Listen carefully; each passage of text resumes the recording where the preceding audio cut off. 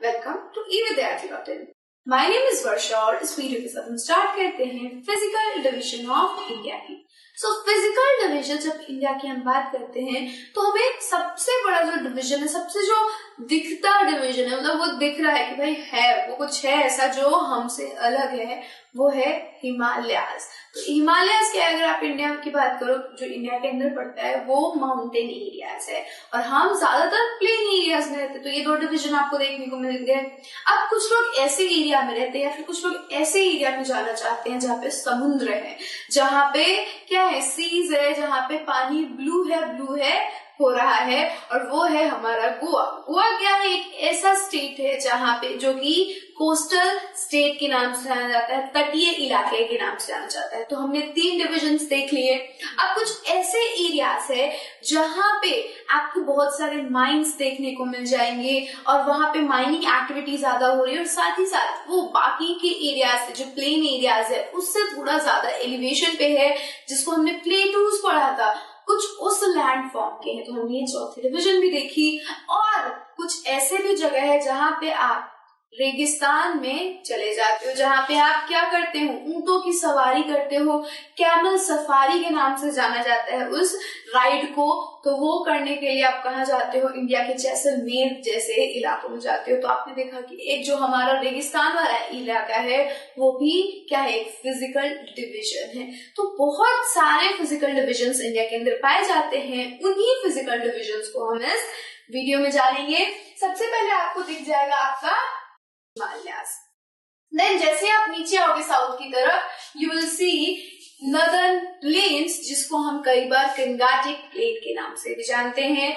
Waste की तरफ बढ़ोगे तो डेजर्ट दिख जाएगा राजस्थान के अंदर, यानी रेगिस्तान, जिसे हम मरुस्थल के नाम से भी जानते हैं।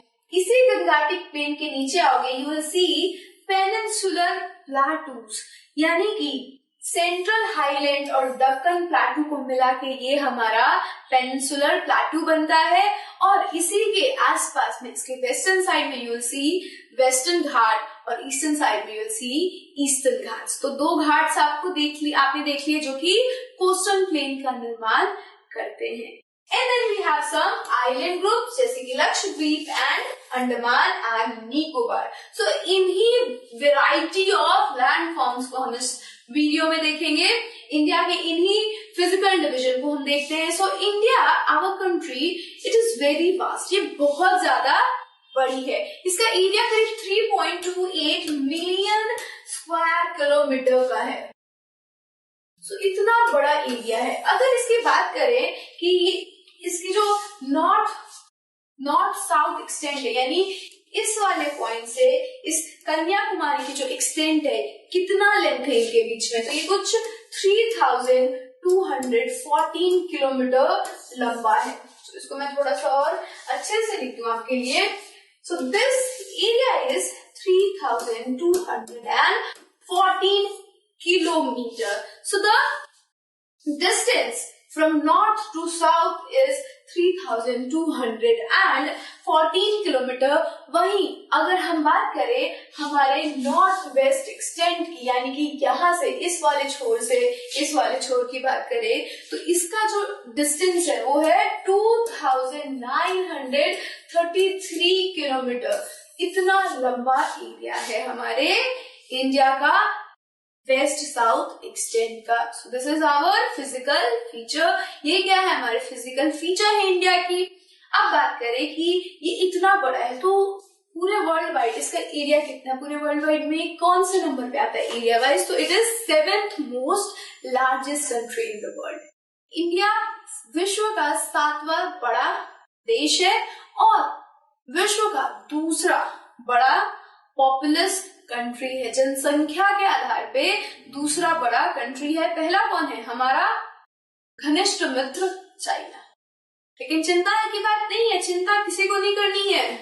2027 तक हम भी पहले नंबर पे होंगे। ये some people might be thinking कि मैम खुश क्यों हो रही है, अरे भाई कहीं तो आगे आए, कहीं तो आगे हो, कहीं तो हम चाइना को पीछे करें। सो दिस इज humorous। आगे चलते हैं। So yeah, we are going to be a very populous country in 2017 to 2030, तो उसको हमें क्या करना है, चेक रखना है। हम तो कुछ नहीं कर सकते हैं, बट या government is planning very much, giving their very much effort, बहुत ज्यादा काम कर रही है इस होड़ में है कि किसी भी तरीके से पॉपुलेशन को क्या किया जा सके, कंट्रोल किया जा सके। सो इंडिया 7th नंबर पे है area wise and population wise 2nd number पे है। आगे चलते हैं और हमारे इस फिजिकल डिवीजन के ऊपर ही आते हैं, फिर से वापस लौटते हैं। सो फिजिकली इंडिया को सबसे पहले हम नॉर्थ में देखते हैं। जो अगर कोई भी बोलेगा, कोई भी अगर छोटे बच्चे से भी पूछा जाएगा कि एक फीचर बताओ इंडिया का, सो दे विल से हिमालयाज। तो हिमालय से शुरू करते हैं, नॉर्थ में है, सबसे ऊंचा जगह है, सबसे ऊंची चोटी यहाँ पे है। So the Himalayas in the north are divided into 3 main parallel ranges।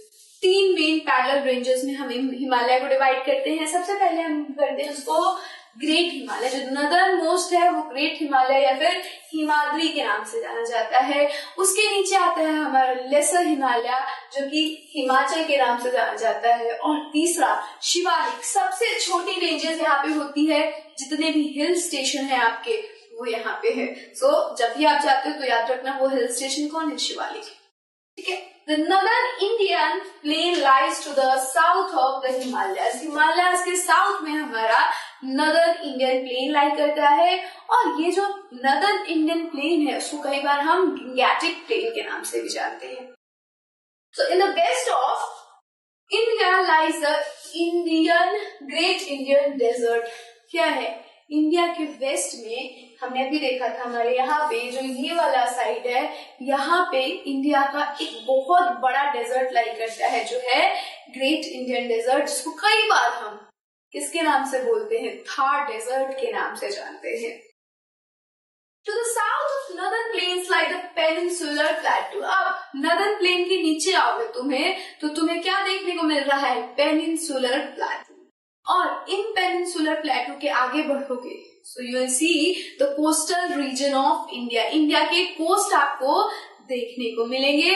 इसके वेस्टर्न साइड पे आपको सबसे पहले क्या देखने को मिलेगा, वेस्टर्न घाट। ये वेस्टर्न घाट क्या है, हिल्स है। ठीक है, ये हिल्स है और कोस्टल प्लेन और पेनिनसुलर प्लेटू को अलग कर रहे हैं। They are dividing the coastal plain, the western coast and the peninsular plateau. वही ईस्टर्न घाट क्या कर रही है, ईस्टर्न कोस्टल प्लेन को पेनिनसुलर प्लेटू से अलग कर रही है।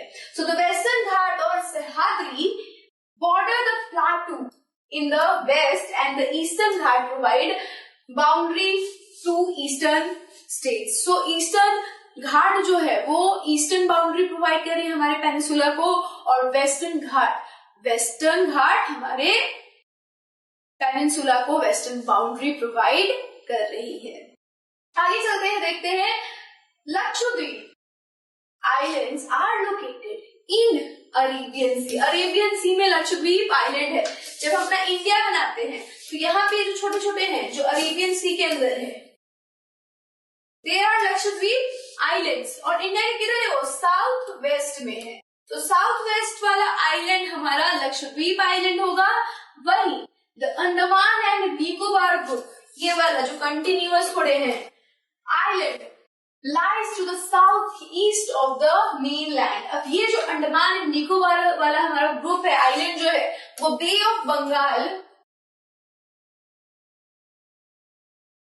के अंदर है। और ये क्या है, ये साउथ ईस्ट में हमें देखने को मिलता है।